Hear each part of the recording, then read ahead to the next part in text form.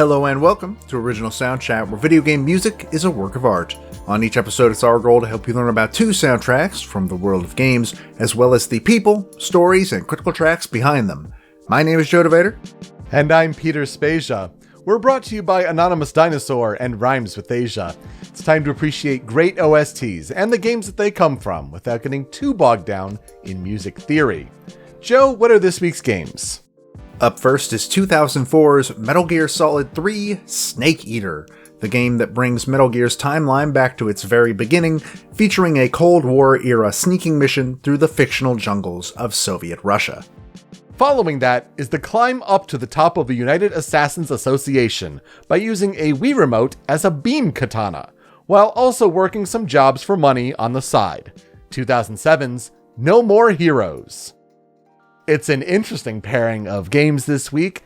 The theme between them, boss battles against wacky characters, or assassins, whichever you want to say, but these odd boss battles. I think when you think of Metal Gear Solid 3 in particular, it's quite the cast of eclectic characters, but it's not necessarily the boss battles that define that game. It's a whole experience there, but No More Heroes, I mean, that's just boss battle gauntlet, more or less, with fluff in between. So, Joe, how are you doing? What are you playing? I am still sort of trucking along in Heaven's Vault.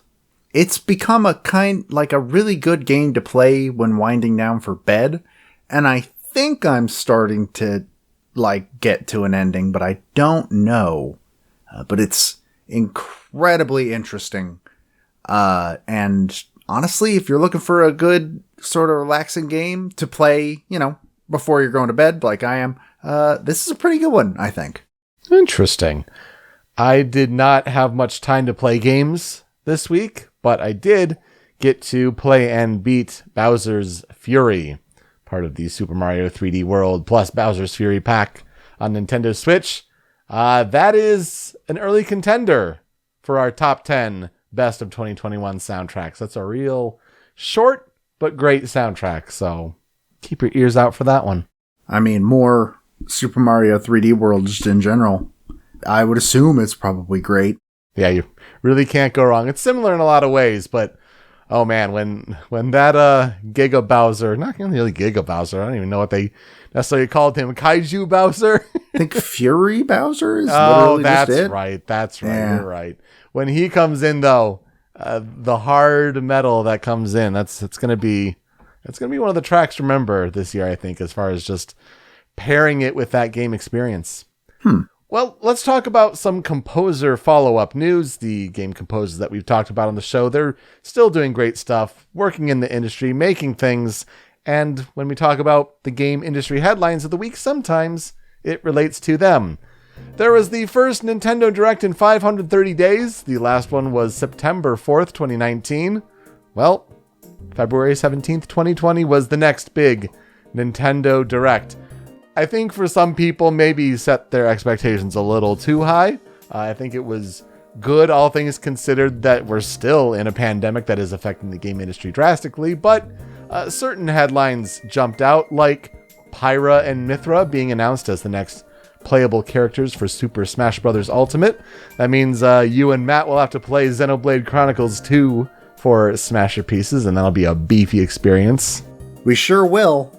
Adding another 60-plus hour game to the list, but it still does not come close to being the longest game on our list by estimation, because Persona 5's still on there. So yeah, but they look cool, and I'm very excited to see how they work, because some of the theorizing that's been going around about their switching mechanic, if it ends up being right, it sounds super neat. It could be really cool, yeah, especially if it is tied to the dodge mechanic. And then that means we're going to be getting more music from Ace and Ace Plus from Xenoblade Chronicles 2 in Super Smash Bros. And that's always cool, and we'll have to see if any remixes happen of that and who gets assigned to that. It's always part of the fun with the Super Smash Bros. Character. Alongside that, though, they announced the game that I wasn't entirely sure they were going to be able to get to work. But Skyward Sword HD is releasing on July 16th with button controls. That I didn't expect. and I'm wondering how they work. I've played The Legend of Zelda Skyward Sword twice before on Wii, and so I'll be interested to give the button, the right stick sword slashing, a try. That'll be interesting for sure. Of course, we talked about Skyward Sword in an episode before, so if you want our thoughts on the game, check that one out. Yeah, it's I'm looking forward to revisiting it. I'm super curious about the button controls. Like, they only showed how they work for, like, sword swinging, but sword swinging's not the only thing you motion control in that game. What about, like, bomb bowling and stuff? I don't know. I'm very interested to see how they work that out. And also, the music is going to still be fantastic. Oh, yeah, it's a great soundtrack for sure. I mean, the orchestration in that game, phenomenal. And then also Darren Korb got name dropped. The Hades physical release announced that they'll be packaging a code that you can download the soundtrack over 2.5 hours of Hades music by Darren Korb, who has worked on Supergiant games like Bastion and Transistor. And I was like, oh, okay, Darren Korb. Shout outs in the direct. I'm still wondering when Pyre is coming to the Switch. It is crazy weird to me that Pyre is not on there yet. I wonder if they have they must have like a contract with Sony or something, because I'm pretty sure PS4 is all it's on, actually, now that I think about it, but I don't know. It's possible. I'm almost tempted to buy this just for the art book it comes with, but I probably won't, because I already own Hades twice.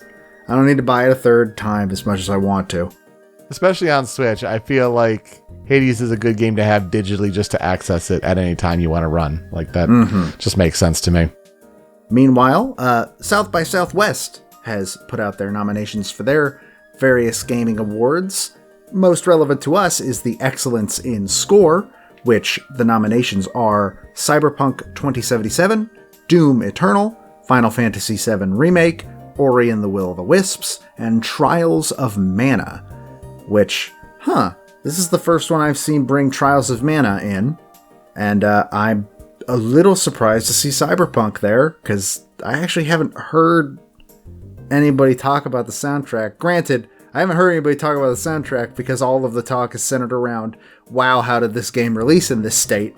Yeah, and I heard good things about the soundtrack for it, like the original score and all that, but I think a lot of it was, you're right, buried in that kind of talk. For how underbaked it was for the game as a whole, especially on console. And then also the time, the release of the game. I mean, I think a award show like South by Southwest, where you have a couple months to let it breathe, you're more likely to give it a nomination. But a lot of the big ones earlier, not so much. Yeah, Trials of Mana, I'm a little surprised by. Yeah, this is the first one I've seen put that up. I've been told it has very good music, but... When it comes to the game Minute, that we've covered before on the show with music by Yukio Kallio, I guess they're making a game called Minute Fun Racer, and it's like an endless runner where you can see how far you get in a minute, and then you buy different upgrades to help you and all that. Yukio Kallio will still be doing the music, and 100% of the proceeds from the developers and the publisher and all that, they're all going to charity. So that's a neat little fun idea. Yeah, apparently it is very fun. It is out, and it looks weird and quirky and just quintessentially Minute, and I'm very excited to give it a shot. I am going to buy it, especially, charity. Meanwhile, speaking of somebody who more of them is never a bad thing, Shikari, A Colorful Tale, has been confirmed 100% to be coming this year, 2021, on PC, PlayStation 5, and PlayStation 4. Obviously, we've mentioned this game on the show multiple times before because the music is by Lena Raine, who we have talked about for her work on Celeste. I'm crazy excited for this game. Both of the demos I have played, the one I played at PAX and the one I was able to play during a Steam festival, both of them are fantastic, and the music is super good. So I'm very excited for this game. I wouldn't expect anything less from Lena Raine. And then we talked about Lorne Balfe last week for his work on Beyond Two Souls. Well, he's currently working on the score of a film called The Tomorrow War. And cellist Tina Guo posted on her Instagram, and we covered her for her work on Journey. But yeah, she posted that she's recording from home and doing all these different stems and beds and all that, recording remotely for this score for the Tomorrow War with Lorne Balfe. So a cool little crossover of a couple composers we've talked about on the show before. I mean, not both composers, but Tina Guo, a musician, and Lorne Balfe, a composer. Yeah, and especially one we talked about last week. Right. That came out of nowhere. In fact, I saw that Instagram post half an hour before we started recording. So good little addition. All right, let's cut to the chase. It's time to talk about one of my favorite games of all time, Metal Gear Solid 3, Snake Eater. So MGS3 was originally released for the PlayStation 2 in North America on November 17th, 2004. Japan would get it a month later on December 16th, 2004. And then Europe would have to wait until March 4th, 2005, with Australia having to wait about a week longer than that, even until March 17th, 2005. An updated version titled Subsistence was released later on in Japan in December of 2005, March of 2006 in North America, and then Europe and Australia came out in October of 2006. There's also a 3DS port, which I consistently forget exists.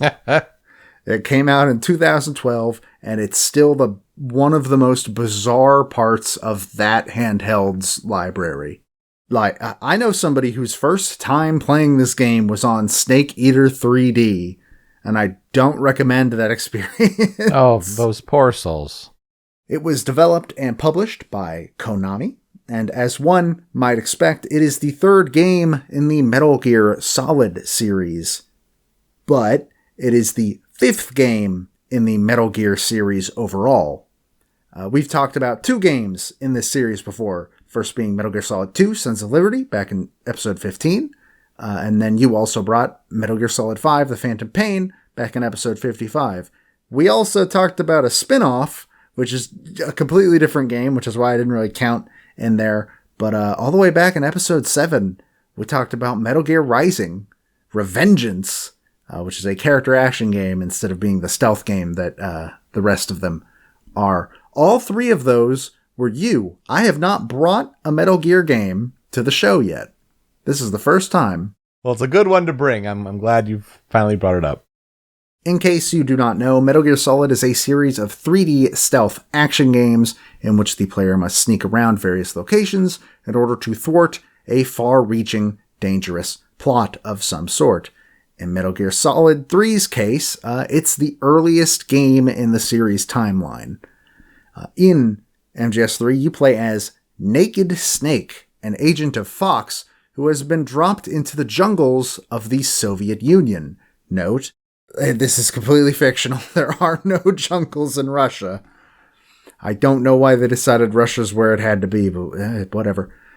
He is being sent there in order to help a Soviet scientist named Sokolov defect to the United States, an operation code-named the Virtuous Mission. This mission is interrupted when Snake comes face-to-face with his mentor and mother figure, a legendary soldier known as the Boss. The Boss betrays Snake and defects to the Soviet Union in order to join ranks with Colonel Volgin of GRU, a faction working to try and overthrow the current regime using the Shagohod, a nuclear-capable tank designed by Sokolov. The Boss breaks Snake's arm and throws him off a bridge, but Snake miraculously survives the fall just in time to see Volgin use a Davy Crockett hand-held nuclear device. He nukes the jungle. He shoots a nuke into the jungle. And this happens to coincide with the USSR detecting Fox's American aircraft near the detonation zone. So, unsurprisingly, the Soviet Union blames the United States. US President Johnson and Soviet Premier Khrushchev agree to a joint operation in order to take down Volgin and prove the US's innocence in the situation. Snake is once again dropped into the jungle with orders to stop Volgin's faction. destroy the Shagohod, and kill the boss. Snake will encounter multiple enemies and allies along the way, such as Ocelot and his Ocelot unit. That actually scared me. I don't know why. But yes, that. Oh, the Ocelot unit's hilarious. He'll also meet characters like Eva, a Soviet Union operative who has been sent to assist him in the operation, as well as the various members of the boss's legendary Cobra unit. As the game takes place primarily in the jungle, the player must hunt local wildlife to eat in order to keep their stamina up, and also must take advantage of various camouflage to make being stealthy in the foliage more easy. Can Snake stop Volgan's sadistic plans? What is the secret behind Eva's involvement? What capabilities does the Shagohod have? And can Snake bring himself to kill the woman who taught him all he knows? Peter, this is where I'll ask, what are your experiences with Metal Gear Solid 3? I love Metal Gear Solid 3. Now, it's not my favorite Metal Gear Solid game. I mean, I think certain things like, as you mentioned, the hunting for wildlife to keep your different meters up and the camouflage, I could honestly do without that. But it is the best story that Hideo Kojima has ever told in the Metal Gear Solid universe. It's a classic full of great moments, and wow, when people talk about games that have made you cry, it's a contender. It's up there. So for me, it is my favorite Metal Gear Solid game, and it's also probably within the top 5 of my favorite games of all time. I adore Snake Eater. It's so good. I agree, it's the best story that Kojima has ever written. And I know there's usually a lot of it's usually for most people between 2 and 3 as what's the best Metal Gear game. I personally don't super mind the camouflage and survival mechanics, except I do mind the survival mechanics in one particular section, and it's when you have to feed somebody other than Snake. That part can get cut out of the game and I don't care. But otherwise, I don't mind it all that much. And to be perfectly honest, the research I did for this episode might lead this episode of Original Soundchat to be one of my new favorites that we've ever recorded. So I want to jump directly into it. So Metal Gear Solid 3 was apparently originally planned to be a PlayStation 3 game, but the system was taking too long to release, and so Konami moved it back to the PlayStation 2. And this presented a bit of a problem, because at that point the decision to set the game in a jungle environment had already been made, and Kojima knew that things like wildlife and weather would cause issues during development, and he believed, though, that not only the development team, but the fans would want this kind of experience from the third game, because Kojima wanted to sort of shake up the formula of a Metal Gear story, where, let's say in Metal Gear Solid 1, you are immediately dropped into Shadow Moses, whereas in Metal Gear Solid 2, you enter Big Shell pretty quickly after starting the game. In Metal Gear Solid 3, you are dropped into the middle of the jungle, and you have to make your way to the base itself, something that is about, 50% of the game at least. Mm-hmm. So they thought that would give Metal Gear Solid 3 a different feel from the rest of the series. And they also wanted to push the PS2 to its limits, because being set in the outdoors, there was a reason why Metal Gear Solid 1 and 2 weren't set outdoors. Early launch PS2s, and especially the PS1, did not have the processing power to be able to do outdoor natural environments because, and I don't know if folks know this, flat surfaces are really hard to come by in the jungle, which meant that the floor and stuff had to have more like collision data and more polygons than the crew is usually used to messing with. And this meant that the collision engine they used for the first 2 games was unusable for this project. They had to create from the ground up a brand new collision engine just from this game. And it also apparently meant that when they were doing motion capture for general animations such as walking or crawling, the fact that it would be mostly on uneven terrain also made that way harder than it previously would have been. The date of the Virtuous mission, which I did not know this, is August 24th, 1964, which is the date of Kojima's first birthday. Originally, they had planned for the date to be 1 year earlier in 1963, so it would be his actual date of birth, but eventually Kojima decided that he wanted the assassination of JFK to play a role in the game's story, and so it needed to be 1964 for that to be the case. When it came to designing characters, designer Yoji Shinkawa was instructed to make Naked Snake look very similar to usual Metal Gear Solid protagonist Solid Snake, and by similar, I mean they look exactly the same. They are identical, which makes sense. In contrast to Solid Snake, Naked Snake was a rookie as compared to Solid's battle-hardened veteran soldier experience. Naked Snake had never done anything like this before, and it really comes across in his character very well. And because none of the marketing had mentioned that, spoiler for a game that came out 17 years ago, if you care, I guess, by the end of the game, Naked Snake becomes Big Boss, one of the primary antagonists of the original 2 Metal Gear games. And to hide this, apparently when Kojima answered any questions about the character's identity in interviews and such, he had to answer very vaguely and give selective parts of information away. So people did not know that this was going to be Big Boss until the end of the game. Which, man, it'd be cool to be able to go back and play it without that knowledge. Unfortunately, it's like kind of a widespread, widely known thing now. Yeah, I just don't even think of it as a spoiler, to be honest. Yeah, it's kind of like Sheik is Zelda. Like, it's impossible to not know at this point. Well, and if you think about it, like, if it's set in the Cold War era, and he looks and sounds like Snake, who's the Les Enfants Terribles, like, I'm sure, like, I don't know, anyone who kind of knows about the Metal Gear Solid chronology going into that, I'm surprised that was a shock, to be honest. I would assume there was some theorizing around the time that the game was like getting ready to launch where people were like, this might be Big Boss. But as far as I know, Kojima went out of his way to not confirm that at any point.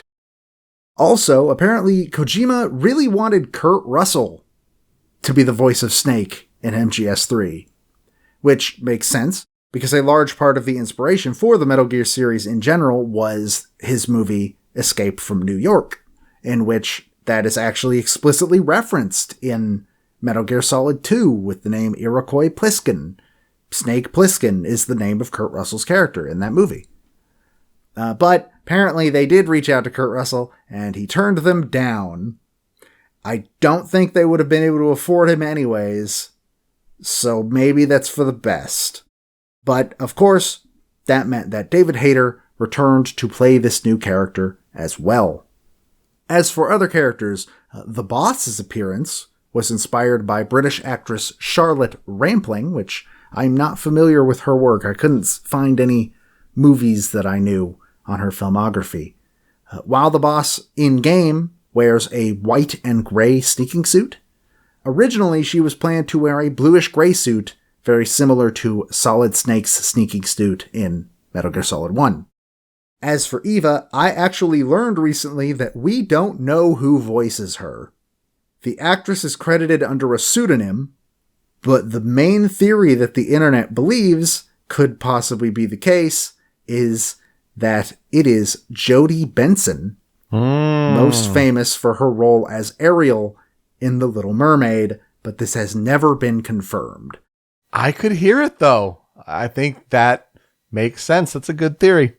Funnily enough, it was mentioned during the cluster that was Atlantica and Kingdom Hearts, and Matt's the one that told me, so it's a neat little fact that I did not know. As for some more neat little facts that I actually did know, these are kind of well-known pieces of trivia, but they're still fun to talk about if you don't know them. First of all, one of the boss fights in Metal Gear Solid 3 is with a character known as The End, who is a sniper who can, he's old as hell, and he can use photosynthesis, I guess. But his boss fight is a sniper showdown between himself and Snake, and it is very famous for being a long sort of slog. Sounds derogatory, but I don't mean it in a derogatory way, but it's a slog. It's supposed to be like a real sniper battle. It's slow, it's quiet, it's very tense, that kind of thing. Kojima reportedly had wanted this fight to actually last a real life week. A full week in real time. Konami told him he could not do that. But there's actually a reference to this still in the game. While fighting The End, if you save your game and turn off your PlayStation, if you come back a week later, or alternatively, if you set your system's clock forward a week, The End will die of old age and the boss fight ends. I always thought it was 2 weeks, but so yes, it's something like that, yeah. Wikipedia at least says that it's a week, but I'm pretty sure you're right. I'm pretty sure it's 2 weeks, but that's just what Wikipedia said, I guess. Also, according to David Hayter, Kojima wanted the game's cast to learn Russian so that the entire game could be dubbed in Russian. And apparently, even though Kojima was talked out of this idea as well, Hayter claims he was really super down with the idea and had even started learning Russian on his own in preparation. Can you imagine the world where this entire game is in Russian? But Ocelot would still meow. Ocelot would still meow. And also, it wouldn't make sense for all of Snake's team to be speaking Russian. As for reception when it first came out, Metal Gear Solid 3 was received very well upon release. It has a Metacritic score of 91. Critics praised the plot and the fresh setting, but they had some criticisms for the game's frame rate issues, which apparently due to the outdoor environments, the game runs at 30 frames per second instead of 60 frames per second like Metal Gear Solid 2 does. So people saw that as a bit of a downgrade. Also, some of them complained about the corny script and cheesy acting, and that's the best part. Oh, what are you doing? Yeah, it wants to be a Bond movie. I'm sorry, Bond movies, especially in the Cold War-ish era, are not the best acted bits of cinema. Come on! Funnily enough, though, the one thing that critics could not come to a consensus on was whether or not they liked the camo mechanics. Some of them absolutely hated it, and some of them thought it was really neat. Despite the critical acclaim, though, Metal Gear Solid 3 actually undersold in comparison to MGS2. By March 2010, the game had sold more than 4 million units worldwide, compared to 2's 7 million copies. So it did not sell nearly as well as Metal Gear Solid 2. In terms of awards, I was able to find a couple. It got some publication awards. From IGN, it got Best Story and Best Use of Sound. GameSpot gave it their Best Story, Best Sound Effects, and Best New Character awards. The game's opening theme won Best Original Vocal Song Pop at the Gang Awards during GDC that year. David Hayter was nominated for Outstanding Achievement in Character Performance Male at the awards show that would later become DICE. Though Snake Eater is a prequel to all the other games in the series, more games would come later to flesh out Naked Snake / Big Boss's story. Portable Ops and Peace Walker for the PSP, Ground Zeroes and Phantom Pain for the PS4 and Xbox One, though the story's main conclusion in the future was in Metal Gear Solid 4 Guns of the Patriots for the PS3. In terms of Snake Eater's legacy, it is largely considered to be one of the best games ever made. It is regularly put on lists of these are, like, this is a game you should try to experience at some point in your life. And I would agree. It's one of the best stealth games ever. And it often, like I said, finds itself head-to-head with Metal Gear Solid 2 in a debate over which one is the best game in the series. I'm on the side of Metal Gear Solid 3, but I think both sides are correct. And, unfortunately, this is where we gotta say, rest in peace, Metal Gear. I kind of hope it stays dead, and that thought makes me sad. Yeah, I wish that these games, they did the HD collection that came to Xbox 360 and PS3. But, I mean, maybe there's some forward compatibility way to Xbox One and all that, but, I mean, really no way to play them on modern consoles. And I wish that would be fixed, but I don't know. I mean, maybe there's even a PlayStation Now possibility there, but I mean, yeah, classic games for sure.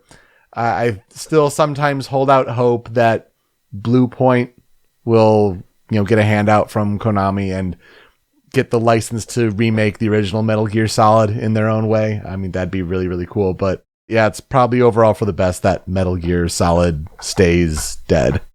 Oh, but I forgot to mention Snake Eater has lived on as a pachinko machine made with the Fox engine. Looks gorgeous. Beautiful for gambling folk in Japan. Man, talking about Konami games is really sad now. I mean, if you love Metal Gear Solid 3 and you haven't seen some of those cutscenes, like with the final fight with the boss, it just makes you sad, for sure. Like, oh man, doesn't matter if it's Castlevania or Silent Hill or Metal Gear. Those are all just quick paths to depression now.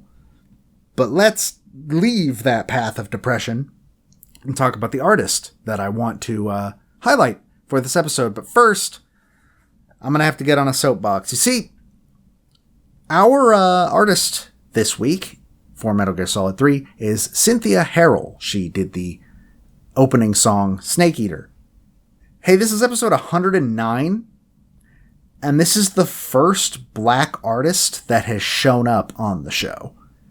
And that is not to say we have been avoiding it, and that is not to say that they're not around, because I know there are black composers in the industry. I follow a lot of them on Twitter. Problem is, I haven't played any of the games they've worked on because they're working on small projects and stuff like that. The only AAA composer that anybody I've noticed can name that is black is Will Roget. He is known for doing music on Mortal Kombat and Call of Duty. It just comes down to the fact that I haven't played any of the games by these black composers. I haven't heard any of these soundtracks, and I've played a lot of games. So basically what I'm saying is, hey yo, video game industry, hire more black composers, please. And that's where I'll leave that. Anyways, we're going to jump out of the downer area to talk about some of my favorite research I've ever done for this show. So, Cynthia Harrell's full name is Cynthia Elaine Harrell Vaughn. And until very recently, we did not know anything about her whatsoever. We knew so little that people on Reddit had begun theorizing that she might be dead. Oh.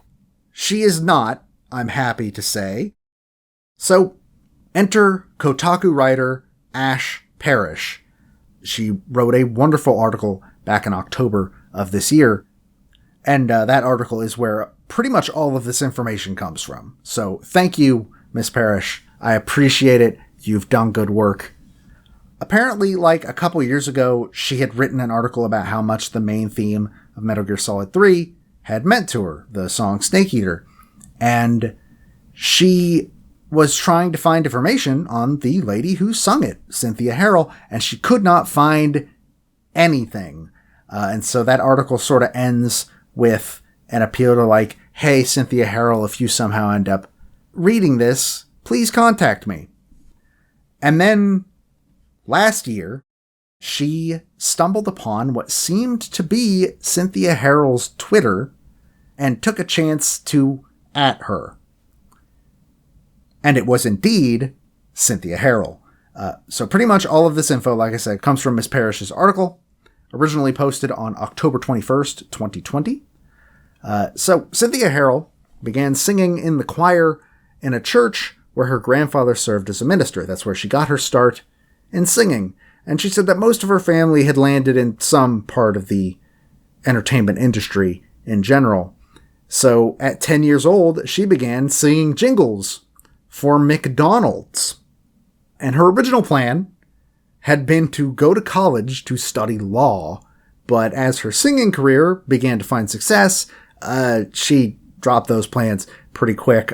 This quote from her about why that happened, quote, I think at the time I wanted to go to St. Xavier University, and I was working while my friends were in school, and it was like, wait a minute, I'm 18. I'm making my first $100,000 at 18. I'm staying here.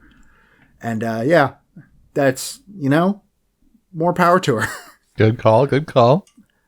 So one of the biggest disappointments of her career was that she was set to travel out to California to provide background vocals for Aretha Franklin's Giving Him Something He Can Feel, alongside her mother and her aunts, but came down with a case of German measles right before that prevented her from traveling to California for the gig, and she says that she still laments this missed opportunity to this day. She would later get to perform background vocals for Curtis Mayfield, and was even featured as a background singer in even more commercials, including the Be Like Mike Gatorade commercial. At some point in the 90s, she became friends with Rika Muranaka, while Muranaka was studying music in Harrell's hometown of Chicago, and Muranaka would actually go on to become a composer at Konami, which led her to approach Harrell about recording some samples for a potential ending theme to Castlevania Symphony of the Night. This song became I Am the Wind and was performed by Harrell in the final release of the game. This friendship is also what would eventually lead to Muranaka tapping Harrell to sing the opening theme of Metal Gear Solid 3. And she actually has some interesting little anecdotes about what that was like. So, according to her, after the game was set to release, she was invited by the record label that was distributing Snake Eater to attend the game's launch in Japan, and she agreed to go despite the fact that she had recently had knee surgery and was on crutches. Quote, the way they were treating me, you would have thought I was Barbara Streisand. I did MTV Japan, the local news, local radio, and it's like, wait a minute, what's going on here? These people knew the game and they knew me from the game, and I didn't realize that anyone knew me or anything about me through that game. She even says she had dinner with Hideo Kojima himself. And she said it was a little bit awkward because, quote, he didn't speak English at all, so we had to have an interpreter that sat with us in order for us to communicate. I remember him thanking me for doing the game, and it was just a regular conversation.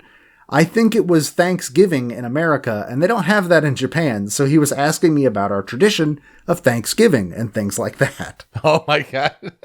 Hideo Kojima learning about American Thanksgiving through that. That's amazing.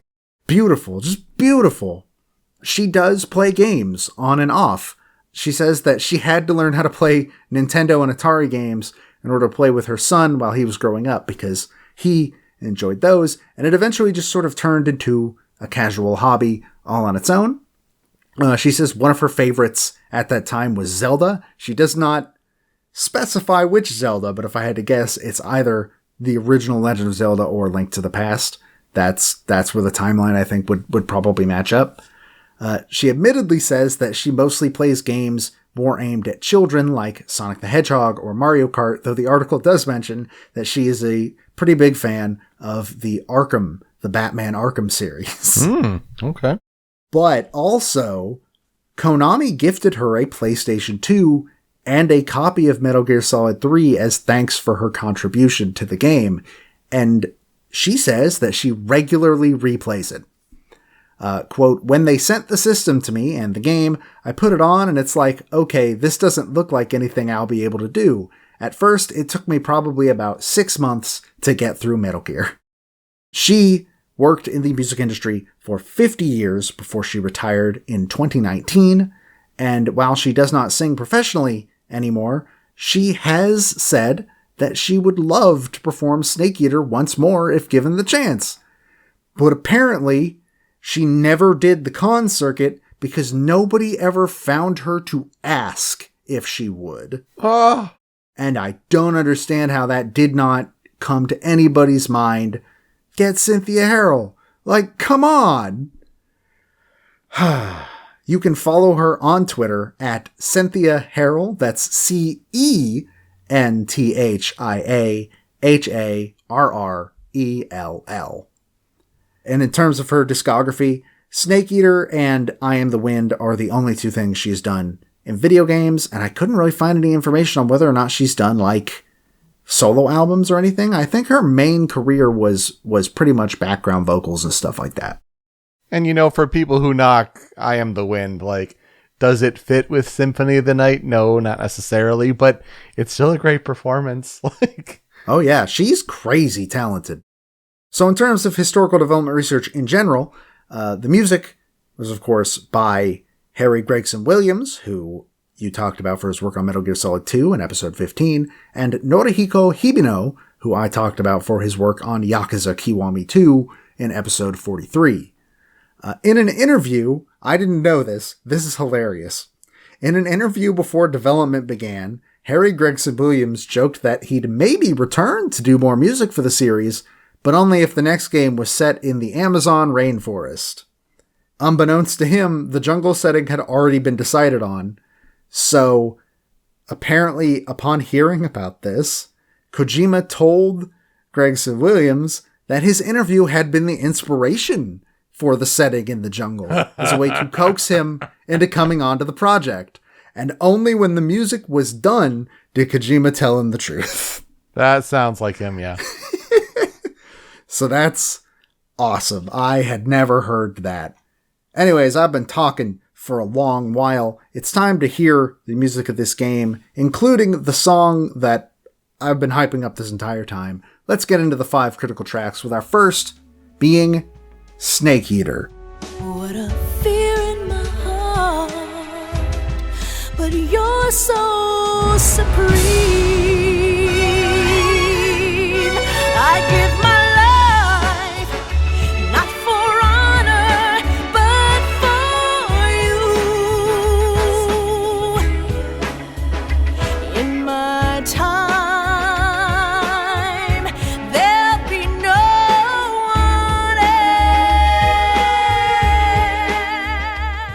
So this song was composed by Norihiko Hibino. Vocals, of course, once again, by Cynthia Harrell. It is the opening theme of the game, written to evoke the feeling of a 007 film opening. Specifically, I think from what I could tell, mostly from Sean Connery's run as the character. I don't have any basis for that. Again, this is the second time I think I've mentioned I've never seen a Bond film, so... Harrell actually ended up on board again through her friendship with Muranaka. Quote, she asked me to sing. She was like, Sin, can you come sing this demo for me? And I'm like, okay, it's fine. And I went and sang it, and I knew something was special about it. Snake Eater. It was something different. A few months later, she called me and said, King Records wants you to do the final version for the game. And I said, okay, not really thinking about it, and went to do the final version. I show up to the studio, we were in Los Angeles, and I walk in and there's this huge orchestra, and that's when I knew this was a big deal. Oh, wow. And apparently she only needed 2 takes. Unbelievable. What a pro. Yeah. This song is amazing. I wish every karaoke anything had this song built in from the start, but apparently if I want that, I have to go to Japan and do karaoke there. This is like one of the best video game opening songs ever. just ever. It's so much fun to sing along to. And when you think about Metal Gear Solid 3, you're probably thinking about this song. It's an all-time classic. I mean, there's no way you could leave it off. It had to be here, starting the first spot. But also do remember, especially for those who have played the game, I mean, the famous ladder sequence in the game where Snake's just climbing this really, really long ladder, and then the vocals for Snake Eater come in, just slowly fade in. I mean, what a special song. And I can only imagine showing up, seeing a huge orchestra like that, and then knocking it out. Unbelievable. So good.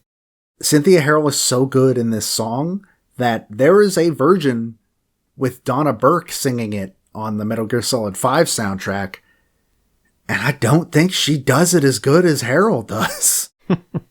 I love Donna Burke. She's really, really talented, but Cynthia Harrell just nails this song and gives it all of the personality it needs. This song is incredible. But let's get into some of the in-game songs that aren't just the opening. The first one being Critical Track number 2, Metal Gear Solid 3 main theme.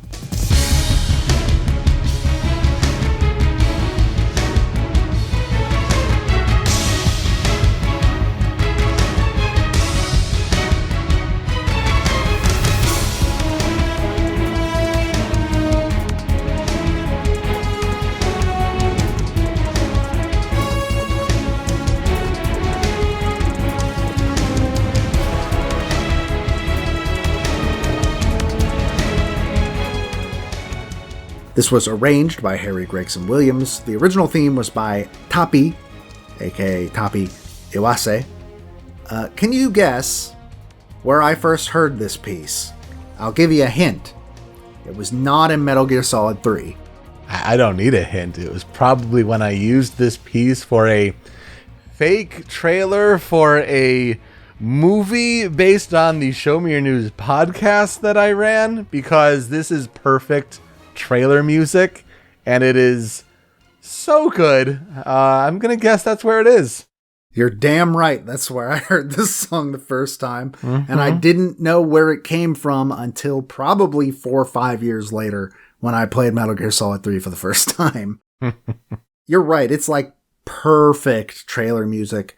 At the very end, when it gets into the actual, the well-known part of the Metal Gear Solid theme, the dun dun dun dun dun dun dun. I don't know why, but even though it does not play in that scene, every time I hear that part of the song, I just see the ending scene of Snake doing the salute, and it I don't know, if you don't sort of get emotional hearing that ending of the song, I don't know what to say. Yeah, if you don't get emotional, you haven't played the Metal Gear Solid series. I mean, that's what it is. It was used so much in retrospectives leading up to whether it was Metal Gear Solid 4 or 5. It's the perfect summation, as controversial as that theme is. But yeah, it's a great piece from start to finish. It goes places. It's a full listen recommended. Yeah, 100%. Meanwhile, Critical Track number 3 is Battle in the Base.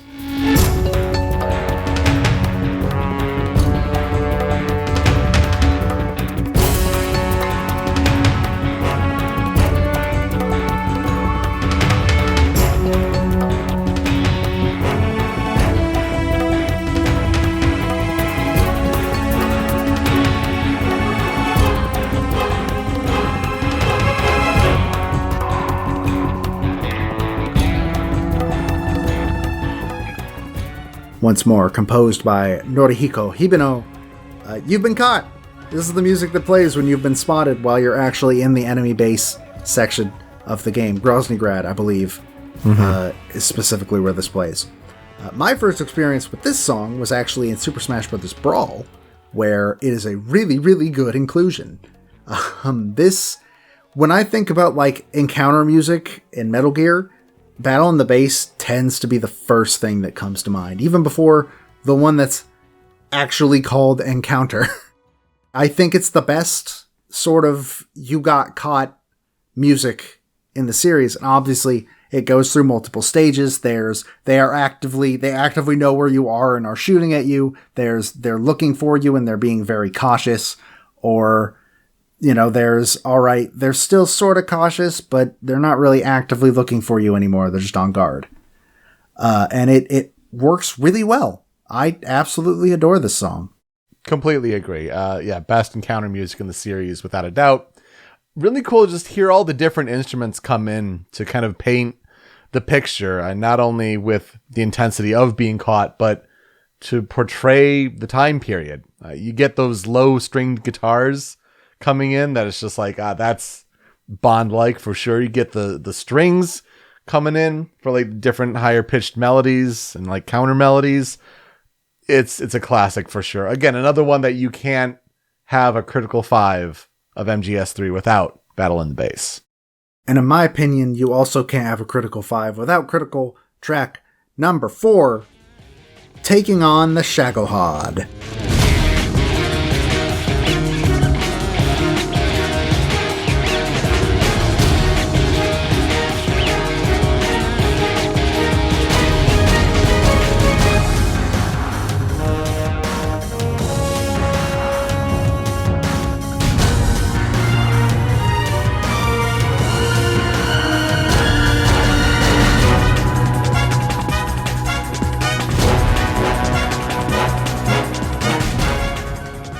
Again, composed by Norihiko Hibino, this is the music that plays during one of the final bosses, not the final boss, because there's like 4 of them. Oh, that's a long, stretched out final boss, yeah. It is a very, very long sequence of multiple fights in a row, but this one specifically plays as you're having a showdown with Volgan, who has manually taken control of the Shagohod, and this fight sees Snake and Eva team up to defeat him once and for all, and basically a very rail shooter-esque boss fight.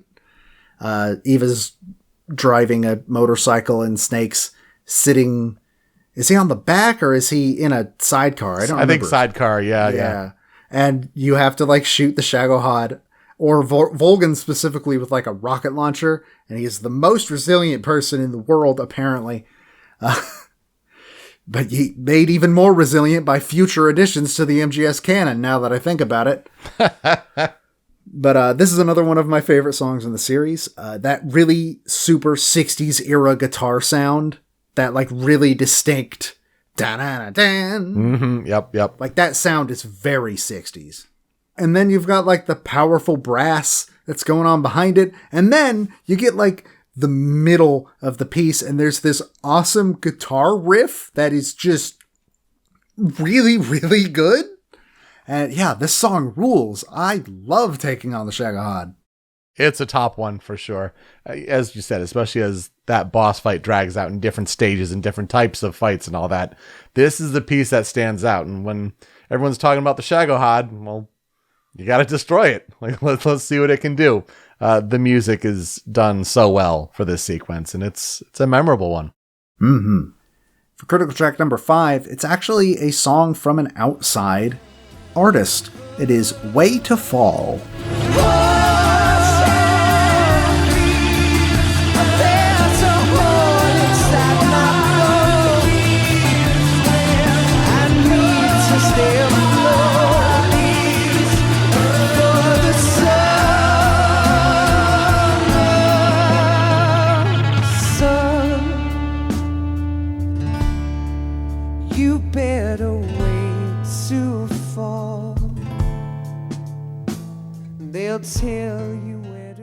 This song was performed by Star Sailor, which is a UK-based band. It is the credits song, which I actually had to be reminded that this song was even in the game. But I'm very glad you reminded me, because the story I found for it and why it's in the game is hysterical. So Kojima originally had planned on either David Bowie's Space Oddity or David Bowie's Ashes to Ashes to be the music in the credits, but they ended up dropping this idea mainly because when that idea was being passed around, the space race was kind of a very significant part of the story, and that got super toned back, so they figured it didn't thematically fit anymore. Soon after they dropped those ideas, one of the members of Kojima's team suggested he listen to American indie rock band Stella Star to find a song that might be usable. But Kojima misheard what he said and wound up listening to Star Sailor instead. And he liked this song, therefore it became the credits song in the game. And I think with distribution rights, it doesn't often end up on certain releases of the soundtrack. So it can be easy to forget about, but I mean, it's a great jam. I almost sometimes think it's like who sings this? And I think like Steve Conte, who has done like, Cowboy Bebop, and I think he did Seven Rings in Hand for Sonic and the Secret Rings. No, I had to learn that it was this Star Sailor band as well. But yeah, I mean, another vocal song, kind of bookends with Snake Eater, but I mean, Naked Snake has a rough time in this game, and so it's a fitting end to his story. And of course, this being in the game because Kojima misheard one person tell him to go check out a band. Imagine being that member of the team. It's like, no, I mean, oh, okay. So, in terms of tracks on the cutting room floor, Peter, you got a couple? Hit me. I have two. Tough to pick even between these two. There are so many great tracks on the Metal Gear Solid 3 soundtrack, but I personally go back to Virtuous Mission.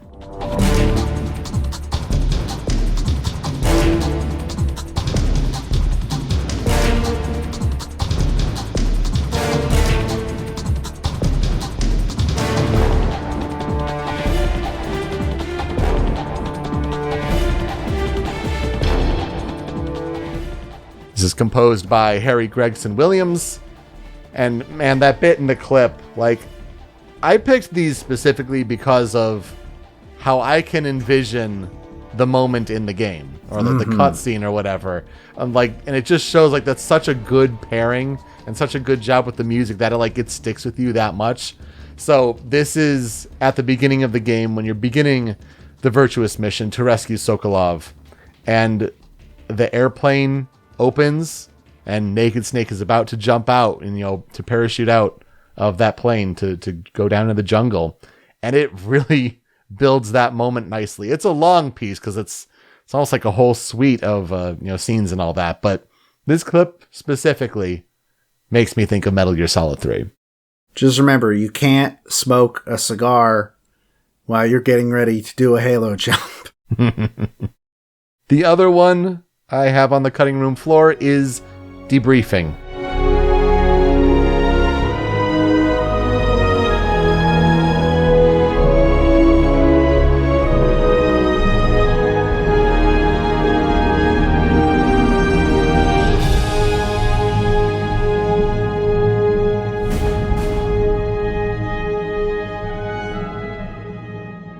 And on the bookend of the other end of the spectrum here, this is also composed by Harry Gregson-Williams. But you mentioned you think of the Metal Gear Solid theme, especially the big orchestra swell, as you think of Naked Snake standing in front of the grave and doing the salute. Mm-hmm. Well, this is the musical moment that actually plays in that scene. Well, you're saying she was a true patriot. And just... again, if you hear this song and you don't feel like a knife to the heart, I'm afraid of you. It's a super powerful moment, and just the iconography and the visuals of that salute, like that is paired perfectly with this. So I felt like these had to at least be on the cutting room floor. I think you put together a stellar Critical 5. Tough to mess with that, but had to mention these two. For me, I also have two. The first being CQC.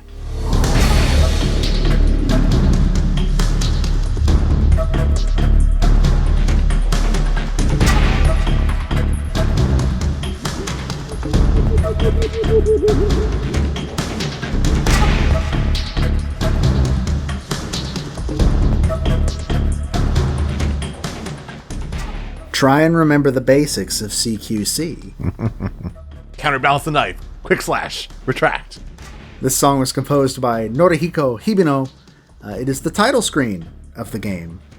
And I think it does a fantastic job of bringing the whole jungle setting vibe like immediately to the forefront. It's just a lot of heavy drums, and it's a really, really simple piece, but it always has really stuck with me as you watch on the title screen as Snake does takedowns to multiple different enemy soldiers.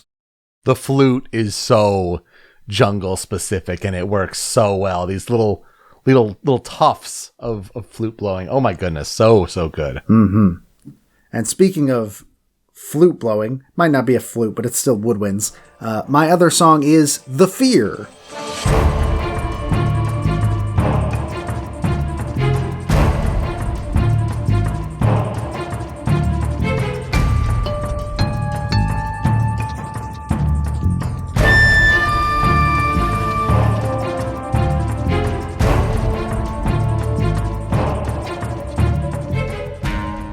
The song was composed by Norihiko Hibino. I am a little sad to say that a lot of the Cobra boss themes are kind of forgettable. I almost put the Fury on for what it's worth. The Fury is good. I enjoy the pain, but that when I think of like the pain, I don't think of the song that plays during his fight. I think, oh my god, he fights using bees. This is the stupidest thing in the world. I love this boss so much. I love this boss so much.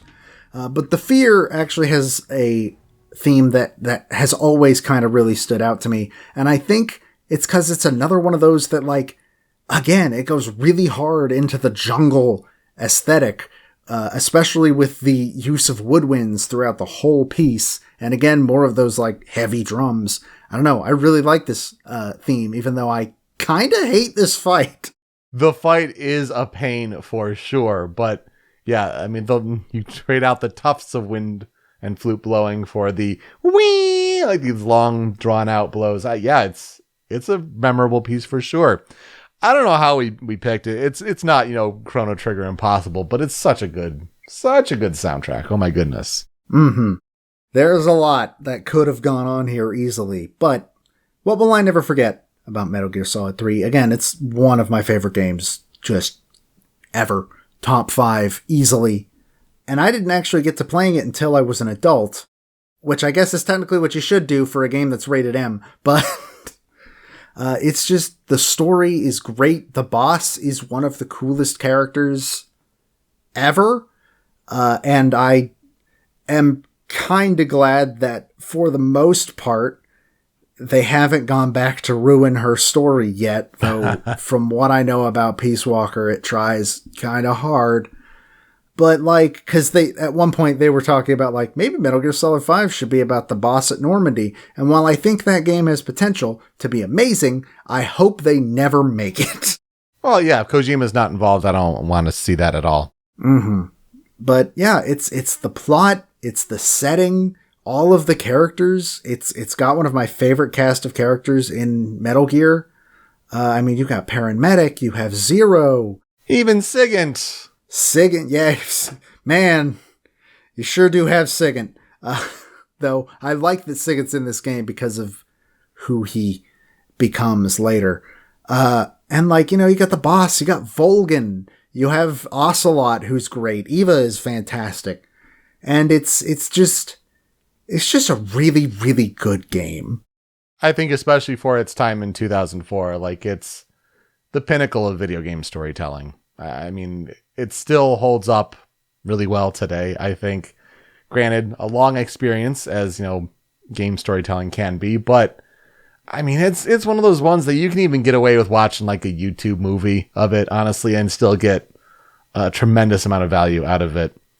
For as much as I do love the story and, the game to some degree, I mean, I do prefer 2 overall as far as like the game playing and the whole meta narrative. And I've talked about that on the Metal Gear Solid 2 episode that I brought, but 3 is special. I mean, I wrote a college paper about Metal Gear Solid 3's story.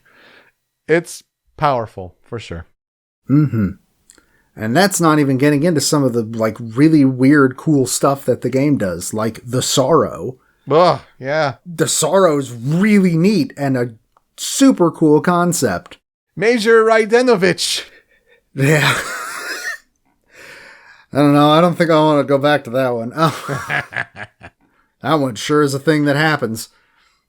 So, in order to do our transition, before we move on to Peter's game, we like to highlight a fan cover or remix. And, you know, Snake Eater. I had to find one of Snake Eater. That's the, with a bullet, the one. And I found one that I think kind of really nails it, being YouTuber Ani Matevos. That's ANIMATEYOS. And she did her own cover of Snake Eater, and it is fantastic. So please enjoy that. We will be right back. For the day we see new light, I give my love, not for honor, but for you.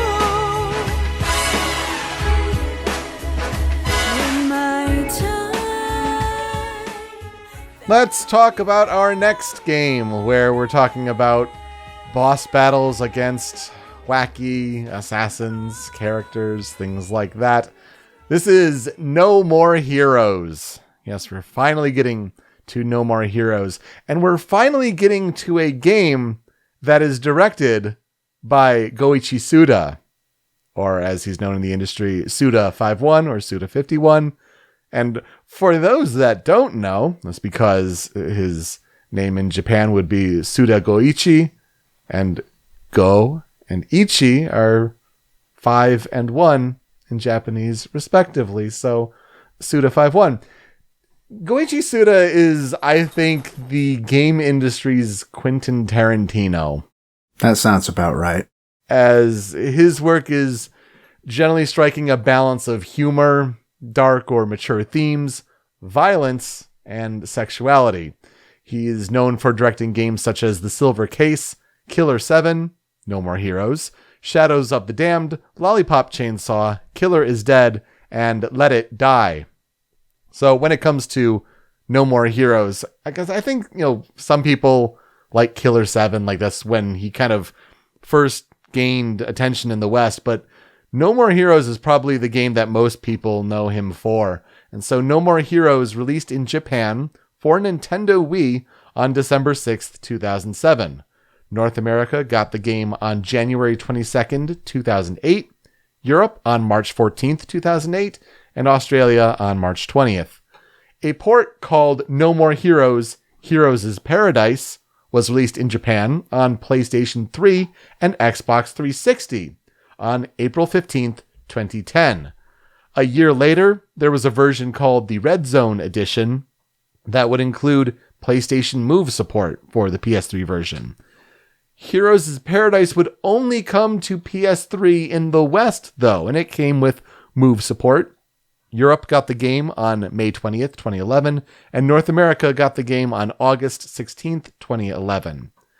A Switch version of No More Heroes launched worldwide on October 28th, 2020. This is probably the easiest place to play the game today if you're looking for a place to do so. Probably $20 max. Sometimes it goes on sale, so check that out. And there's also an Amazon Luna version. Ah, yes, that continues to bizarrely be a thing.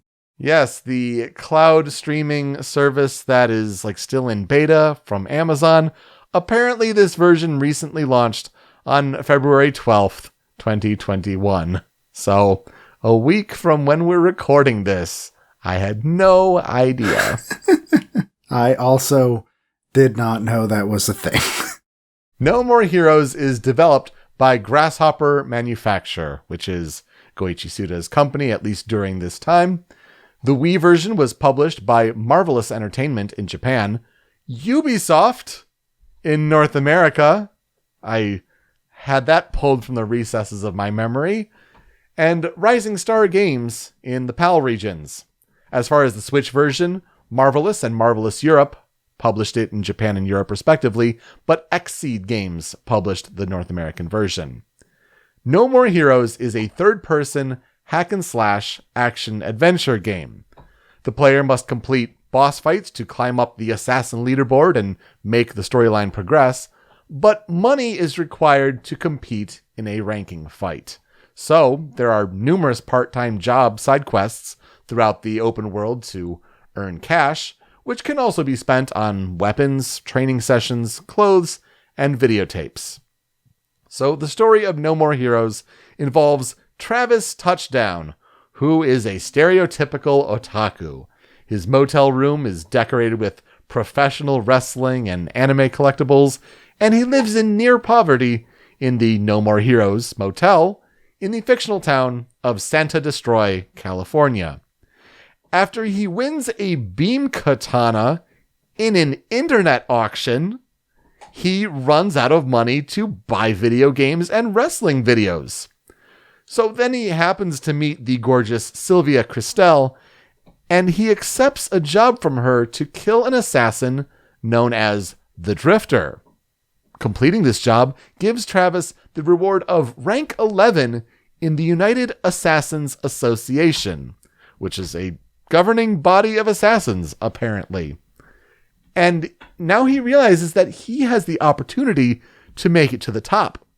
So Travis sets out to secure himself the coveted position of number 1 assassin in the UAA. What else is motivating Travis to reach the top? Just who is Sylvia, and why is she helping Travis? And who is the number 1 assassin in the UAA? Joe, here's what I'll ask you. What are our experiences with No More Heroes? I have not only never touched a No More Heroes game, I don't think I've played any of Suda's games. Whatsoever. Every time I think about Suda 51, I have to remind myself, no, not the Deadly Premonition guy. That's Swery 65. They're different people. Every single time. I mix them up all the time, and I have no idea why. I have never played a Goichi Suda game. I know that my roommate, he recently played No More Heroes 1 and 2. I think he specifically played 2's port to the Switch. And he likes it, and we have our friend Seth really enjoys No More Heroes, and at one point I'll probably give it a shot, but I don't know, I haven't gotten around to it. I have also never played a Suda game, and so I think I own No More Heroes, actually, as far as like when I was going back and collecting Wii games, like, to help, flush out games that I needed to pick for the collection and all that. Because No More Heroes was certainly at a time where, like, the Wii was being perceived as like, it's the family-friendly console. It's the Wii Sports console. It's the console that grandmas and grandma and grandpa can play. And No More Heroes comes out as a third-party game that's mature rated, that is excessively violent, and it, stands out and makes a name for itself and established a franchise. In general, that was just a really big rarity on the Wii, because there's The Conduit, Mad World, and No More Heroes, and I think that might be it. There aren't many, that's for sure. So it stands out, and it's a good game from what I've heard. It's one of these things where I was really tempted to buy the Switch version and play it, but I just didn't have enough time to play games this week. But the more I learned about it, the more I want to give it a shot, and I think I will in the near future, maybe even this year. So No More Heroes started out as Project Heroes, and it was originally in development for Xbox 360. But after Goichi Suda saw the Wii Remote, learned about the Wii Remote before launch, he's like, I want to design the game around that. Because if I'm making a game about a beam katana, well, we got to have the Wii Remote and its motion control. It took some great difficulty to convince the publishers to do that, but that's what ended up happening. So there are many different inspirations for characters and locations in the game, but some of the most notable ones include that Travis is based on Johnny Knoxville. Yep, checks out. Yep, that sounds about right. Sylvia is based on Scarlett Johansson, and Santa Destroy is based on San Diego, California. Now, contrary to popular belief, Travis's weapon of the beam katana, it's not based on the lightsaber from Star Wars, but apparently from the 1980s Japanese TV series Space Sheriff Gavan, and also the Star Wars parody film Spaceballs from 1987. Okay. The Schwartz rings of all things, not the lightsaber. Not the lightsaber, just the... we can't describe how it's used and wielded because this is a family-friendly podcast. Uh-huh. Exactly, yes. Well, Suda originally wanted to make No More Heroes, quote, as violent or even more violent than Manhunt 2, which is a game from Rockstar that initially received an adults-only rating from the ESRB. Super rare, like as bad as it gets, really, as far as mature ratings. And not only would this just not be possible on the Wii, like Nintendo would not allow AO-rated games, but the blood spurts of cut enemies from the beam katana would be replaced with black pixel clouds for the Japanese and European versions of the game, kind of censoring the excessive violence. It's okay in America, but not in Japan and Europe. Then when the Heroes' Paradise game came out in Japan on Xbox 360, this was the uncensored version compared to the censored PS3 version. That version of the game would receive a Sero rating of Z, which is Japan's ratings board's highest, like the ESRB equivalent of adults only. Sero Z is as high as it gets. The Switch version would eventually be the first time that, when the game launched worldwide, did not include the black pixels. So maybe that shows that it's been a little more lenient over time. I don't know. The beam katana runs on batteries in the game until late in the game when you get like an expensive energy saving part. And so from time to time, the beam katana needs to, you have to press a button down, the one button on the Wii remote, and shake the Wii remote up and down. And it's exactly as you're imagining it.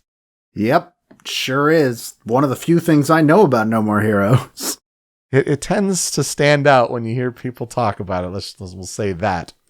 This is a good cast in this game, though, as far as the voice actors go. And I don't know how it just didn't occur to me that Robin Atkin Downes voices Travis Touchdown. How did I not know this sooner? Like, listening to his voice, like, oh, well, yeah, of course this is the same voice as Kaz Miller from Metal Gear Solid 5, and Luxord from Kingdom Hearts, and the Riddler from the Telltale Batman, at least the Enemy Within season. Like, famous voice actor. Yeah, that's Travis Touchdown. Why did I not know that Luxord was Robin Atkin Downes? How did I not know that? I don't know. It's just got one of those voices that it's like, it's identifiable, but sometimes it can blend in effortlessly. I don't know. But yeah, just a great cast overall, with surprises like Richard McGonigal, who plays Sully in the Uncharted series, playing the assassin Dr. Peace, and Kimberly Brooks, who is Ashley Williams from Mass Effect and Barbara Gordon in the Batman Arkham universe. She is the assassin Shinobu. No More Heroes was reviewed well, with a Metacritic of 83 on Wii and 82 on Switch. It is generally seen as one of the best third-party games to date at its launch on the Wii. Like, mature game aside, like, this was like, oh, an actually good third-party game in the Wii's infancy. Which was a desert even later on. Oh, yes. Oh, for sure. The satirical writing, the satisfying game progression, the unique visual style, intuitive controls, and a catchy and distinctive soundtrack were points of praise to reviewers, but fair critiques included a repetitive structure and a limited overworld. Eurogamer had a particularly notable quote about the game, saying, quote, "A crazed, hilarious mashup of Grand Theft Auto's structure, Metal Gear Solid's flamboyance, Dynasty Warriors' epic melees, Pac-Man's fruit power-ups, and the menu of a posh Italian ice cream parlor." That's a super specific description. But I think it checks out. The Wii version sold over 500,000 copies, and the Switch version has had, quote, "strong sales," according to Marvelous, in both North America and Europe. Didn't win too many awards, but it won some Wii-specific awards. For IGN's Best of Wii Awards for the year, it won for Best Story and Best Action Game. For GameSpot, it won Best Original IP and Best Wii Game. As far as the legacy of No More Heroes, a sequel, No More Heroes 2 Desperate Struggle, was released for Wii in 2010. Then we had to wait until 2019 when Travis Strikes Again, No More Heroes was released for the Nintendo Switch. Suda doesn't like calling it a spin-off. He calls it like a new adventure that Travis goes on as he's in a possessed video game console and he's doing all these different crossovers with indie games. Like big inspiration from Hotline Miami there for sure. And then the next mainline title, No More Heroes 3, was announced at E3 2019. And at this Nintendo Direct that just happened, a launch date was announced of August 27th, 2021 for Nintendo Switch. We'll see if that holds. But yeah, No More Heroes 3, supposedly coming this year. Travis Touchdown also appears as a Mii costume in Super Smash Bros. Ultimate. And here's a little tie-in to Metal Gear Solid 3 in a way. The Outer Rim, which is a band featuring game composer Norihiko Hibino, released its self-titled debut album featuring an English drama using No More Heroes characters in a far future setting. All right. I gotta kind of look up what they mean by that, but I found that was a cool little tidbit to come across. Yeah, I don't know what that means. I have no idea what that collection of words means. But hey, cool. Interesting connection there. When it comes to the soundtrack of No More Heroes, which is, I think, a good reason to talk about this game on our soundtrack-focused show, we've talked about Masafumi Takada before. We had the episode about Danganronpa 2, Goodbye Despair, and oftentimes throughout his time at Grasshopper Manufacture, Masafumi Takada would compose alongside Jun Fukuda, where Takada would kind of take the lead and Fukuda would flush out kind of the different tracks on the soundtrack. So when it comes to No More Heroes, the songs are composed by Masafumi Takada and Jun Fukuda. So let's talk about Jun Fukuda, who was born on June 9th, 1974 in Hikawa. And Hikawa is nowadays merged into the city of Izumo. This is in the Shimane Prefecture in Japan. Jun Fukuda also shares his name with the director of 1970s Godzilla movies. So he's not that director. But sometimes Jun Fukuda also goes by the alias of J. Happy Ricefield. All right. Hey, that's a better name than I could come up with. So when he was a student, he was in a choir as a soprano, and he was also in a brass band. He says he often heard enka on the radio at home, and we've talked about enka music, very popular in Japan, but he grew up wanting to be a mangaka or a manga artist. And so he would often be doodling in class and teachers would catch him and all that. He began to play the guitar around the time he turned 20, though, and he says he took lessons for about a year, but he mostly taught himself. And then he worked an eclectic mix of jobs, including working at a record shop, as a supervisor for construction sites, and as a surveyor at a ruin extraction site. But then he joined Grasshopper Manufacture when he was in his 30s, and this was his first work in the games industry. He said his application included, quote, a sound drama made with only sine waves. Okay, now you're just messing with me. Now I'm just being messed with here. Words mean things. We're just talking about dramas all over the place, sound dramas. But as I mentioned, Jun Fukuda often collaborates on projects with Masafumi Takada, and he also founded his own company called Gemini Breeze.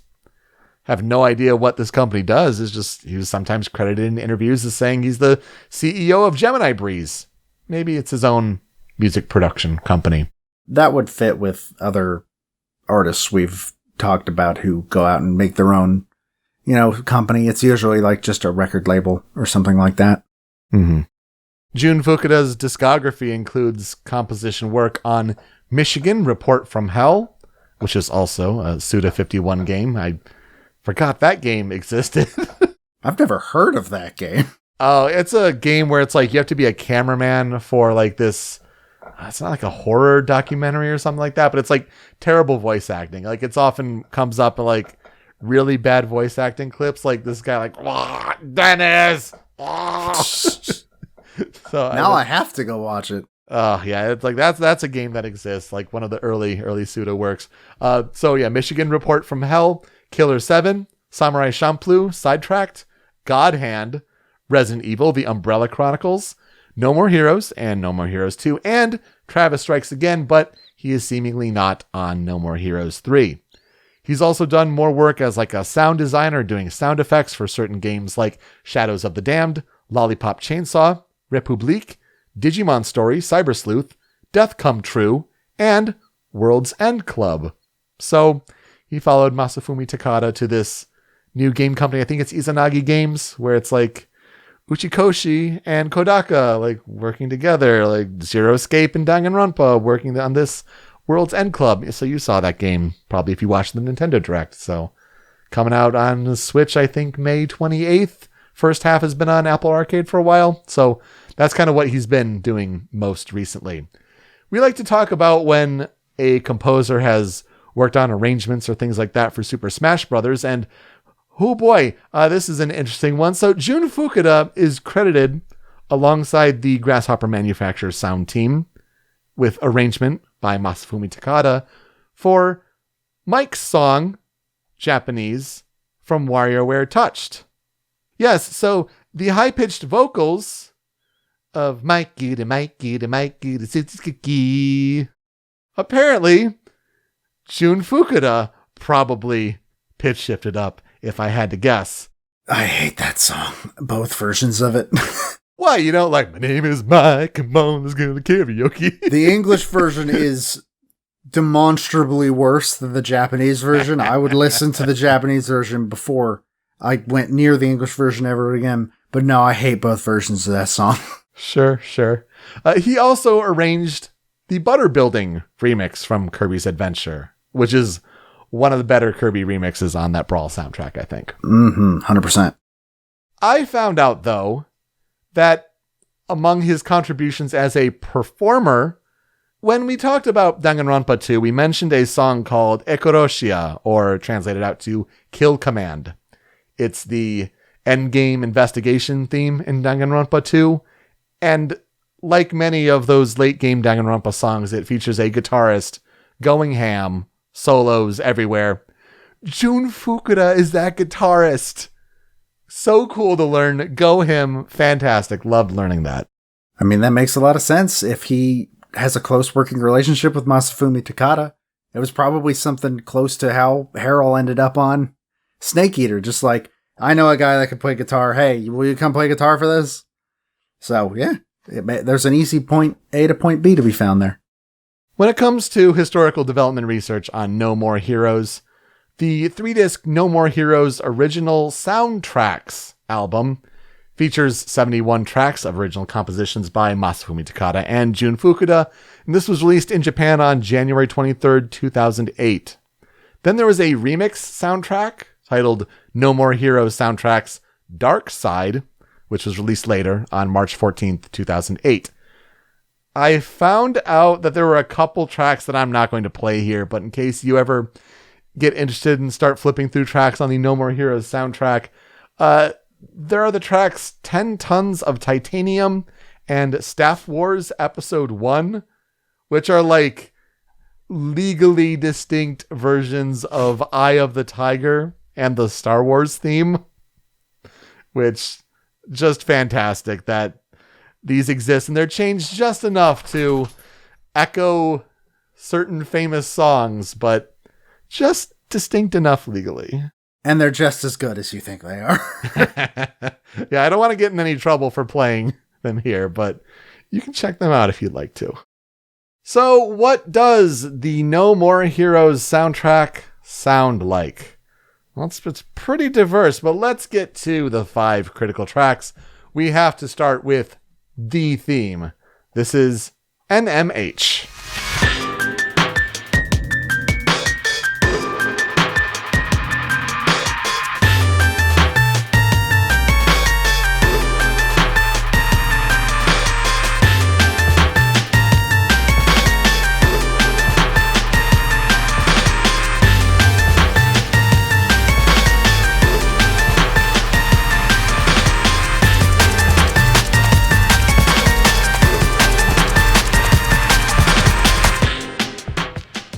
So yes, this is the main melody that you'll hear throughout this game, like the main leitmotif. And for NMH to mean No More Heroes, like, yeah, it's like the main theme of the game. Just a classic melody that totally is identifiable with this game.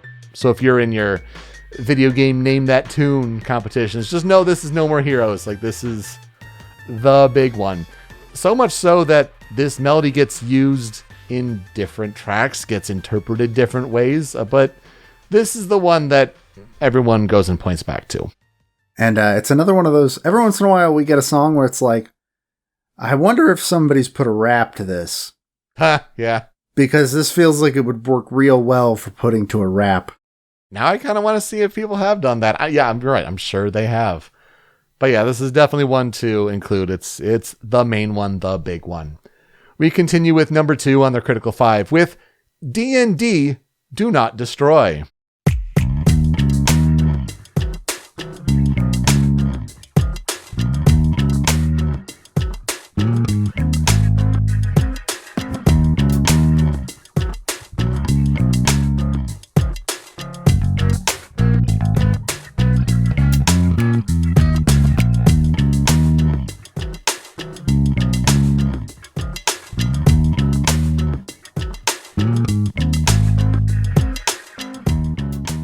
Whereas NMH was composed by Masafumi Takada, D&D here is composed by Jun Fukuda. And this is the theme that plays in Travis's apartment, or motel room, I guess. But you're kind of in menus, you know, kind of checking out what you have in your inventory, how to make certain upgrades. But it's just perfect lounge music. Not like lounge in the restaurant, classy lounge, but you're just chilling in your space, and some great vibes with the bass guitar going here. Just, I could listen to this for so long on a loop, and it'd be very relaxing to listen to. Oh yeah, that bass has a real damn good groove to it. And that's the standout feature for sure. And great recordings too. It just sounds so nice and clean and recorded well. Yeah, so real nice, relaxing one there.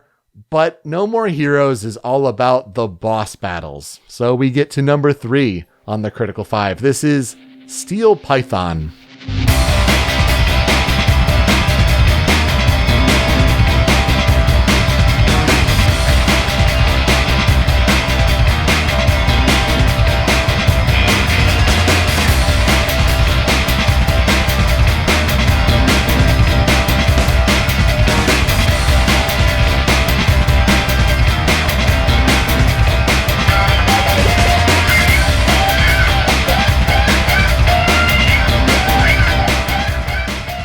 Composed by Masafumi Takada, this is the battle theme against Assassin number 9, the aforementioned Dr. Peace. And this is also notable because this was the song that was used in the game's Project Heroes reveal trailer, where Grasshopper Manufacturer was showing off the concept for this new game, and this was the music that played during the trailer that was kind of showing off this long cinematic-like sequence. Also weird to go back and listen to because the characters have different voices, and Travis Touchdown is a bit more hammy in a way, and like not the Robin Atkin Downs performance that we now know. But yeah, just a weird, different voice for Travis, which is one thing.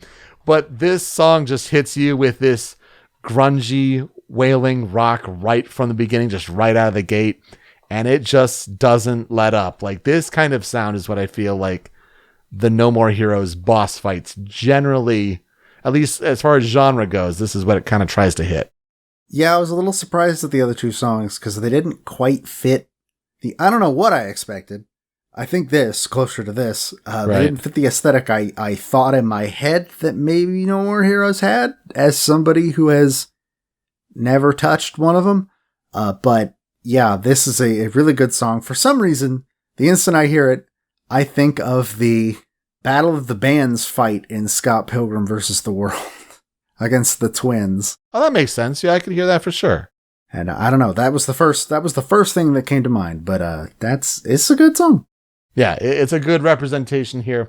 But when I think of my favorite song on the soundtrack, I think of number 4 on the Critical 5 here. This is Pleather for Breakfast.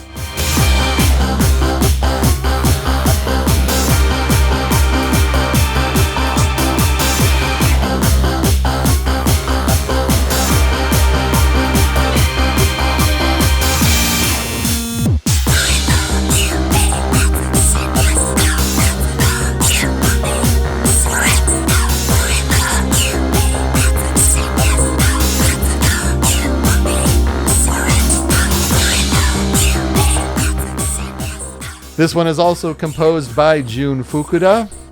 This is the battle theme against the number 2 assassin, Bad Girl. And Fukuda says that Bad Girl is his favorite character in the game, so he was especially fond of making the music track for it and remembers the music track well. There are lyrics, as you could hear, in this song. People translate it out to, or at least dictate it out as, I love you, babe. That's what you said, yes, no. That's a cue for me, so let's go.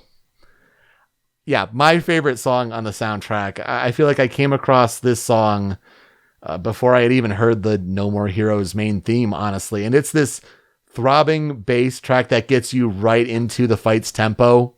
And like the panning that's going on here, like back and forth with the vocals, or at least it gives you like that surrounding feel. It's a really cool song, and just a title of Pleather for Breakfast it's out there. Like it's a really, really cool jam, and I put this one on here for me. I think I agree, because of what I have now heard of this soundtrack. Yeah, this is the best song. This song is fantastic. And yeah, you're right. The sort of panning that they do gives it this really cool, like, surrounding sound, especially when you're listening to it through headphones. Yeah. And those vocals really, really add a lot. I dig this song a whole lot. And Bad Girl is also just a notable assassin character in this game, so I feel like it all works to include this in the Critical 5, but we wrap up this list with number 5. This is We Are Finally Cowboys.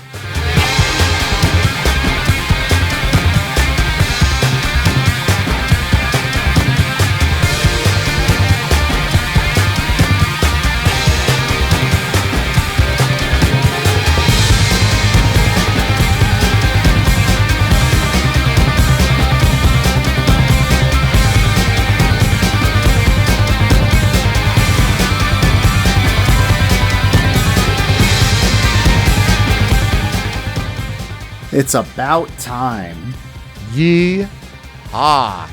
Once again composed by Jun Fukuda, and several plot twists later in the narrative, we find ourselves here in the final boss battle, and it's just relentless. I think this part of the clip is even like a couple minutes into the piece, so like it's even just been building up to this point.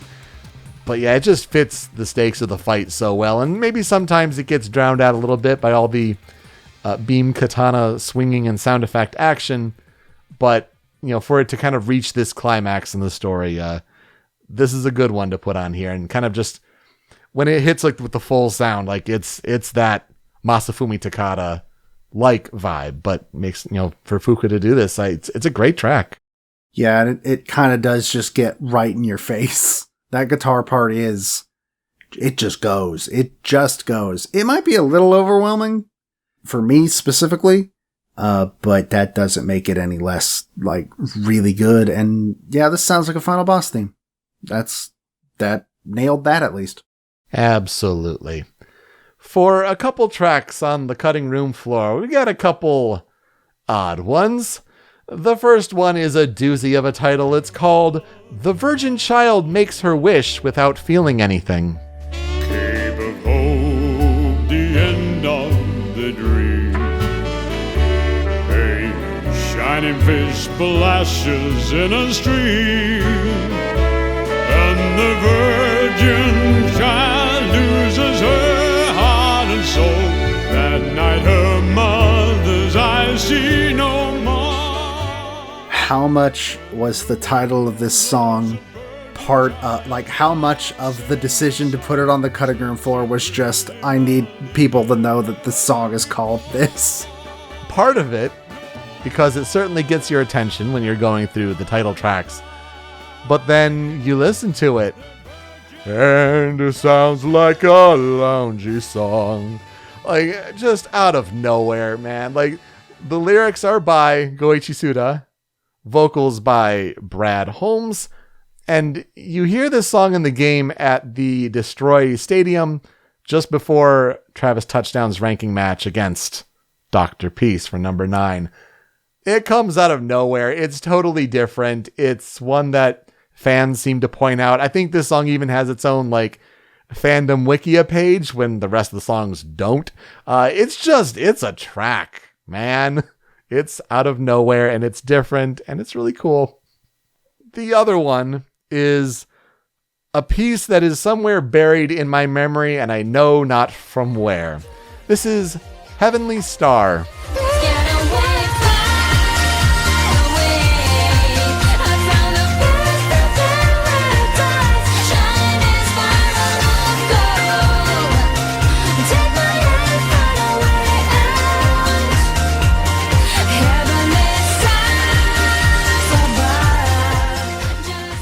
So this piece is performed by Genki Rockets, which was a musical group that was established in 2006 and co-founded by Tetsuya Mizuguchi. If that name sounds familiar, he's the creative director of games like Space Channel 5, Rez, Lumines, Child of Eden, and most recently, Tetris Effect. So this J-pop song originally debuted in Lumines 2. And it found its way into No More Heroes in several places. In the Japanese and PAL versions, a music video of it can be watched on Travis's television, but it was replaced with the original Heroes trailer for the game, the Project Heroes trailer I mentioned earlier. That trailer was now on Travis's TV in the North American version. Licensing problems, because the song is no longer there in the Switch version of the game, and it was replaced by in-game music. This is one of those songs where, yeah, I feel like I've heard it before. It sounds super familiar. And a lot of fans, YouTube commenters, were noting how when I heard that there was one song missing from the Switch version, I hoped it wasn't Heavenly Star. And sure enough, it was. So there's a lot of fan attachment to this song in this game. I also think I've heard this song somewhere before, but I don't know where the hell that would have been. That's a bizarre feeling. Yeah, like it wouldn't have been Lumines, I'll tell you that much. But yeah, no, like this one stood out, and it's like, oh, okay, honorable mention. Like we'll put it on the cutting room floor for sure, for sure. So what will I never forget about No More Heroes? I mean, I still have to play it. Like that's first and foremost. But, you know, Travis Touchdown is one of those characters that has stood the test of video game time since the Wii era, to the point where you could have made the case that he could have made it in Super Smash Bros. Ultimate. A Mii costume now, sure, but he was a contender possibly for, I'm sure, for the getting in the Fighter's Pass and DLC and all that. So he is just one of those characters, and probably Goichi Suda's most notable work as far as recognition amongst the gaming community.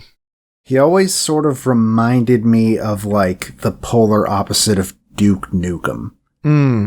Like, what if Duke Nukem was how they should bring Duke Nukem back, a complete loser who just so happened to be really good at killing things. I've always kind of pictured that, where he's a nerd instead of like this big jock dude. And yeah, I think that's what he is. But again, I cannot say that with authority. I have also never played No More Heroes.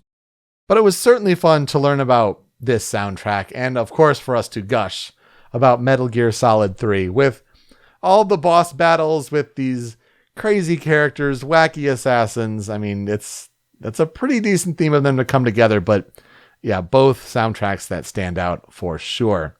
And that will do it for us this week on Original Soundchat. You can find me on Twitter at Pete Speakeasy. Joe is over at Thidobaga. The video version of the show is on the Rhymes with Asia YouTube channel, but it's that MP3 podcast version that you want, hosted by Anonymous Dinosaur at anondino.squarespace.com. It's where Joe's other podcast, Smasherpieces, is hosted, and you can find original Soundchat and Smasherpieces wherever you get your podcasts. Podcast services all around the globe, including Spotify, where we have the podcast feed of episodes, but also a big Spotify playlist. If we talk about a video game song on this show, and it's on Spotify, it's getting added to that massive playlist. Joe, is there anything that's being added this week? So Snake Eater and Way to Fall are on Spotify, but the rest of the soundtrack I don't think is.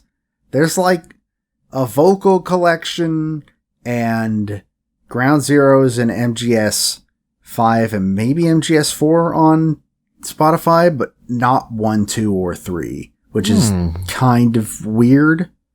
But in terms of No More Heroes, I'm kind of shocked to say that no, none of it is on Spotify. Very surprising. Interesting. Well, there's a lot of video game music there. And so when you're done listening to all of that, you can find us on social media at Soundchat OST for feedback, how we're doing with the episodes, but also suggestions for games to cover in the future. And we're covering a lot of those in 2021. That's our big goal for the year. Our merch store, I'm going to hope to have it sorted out by next episode, and we'll keep on working on some bonus tracks for you. Joe, who are we talking about next week? I am talking about Matt Harwood. I will be talking about Azusa Kato. It's going to be another great week of games to talk about. Looking forward to it. But let's play us out, and we like to wrap things up with another fan cover, fan remix, whether it's on OC Remix, YouTube, wherever. Michael Williams, Mykal Williams, on his YouTube channel, does a rendition of what he calls the main theme of No More Heroes, but it's basically playing off that NMH vibe. It's a really nice remix. I definitely recommend it. And here, go check it out. Thank you so much for listening this week on Original Sound Chat. We'll see you next time. Take care.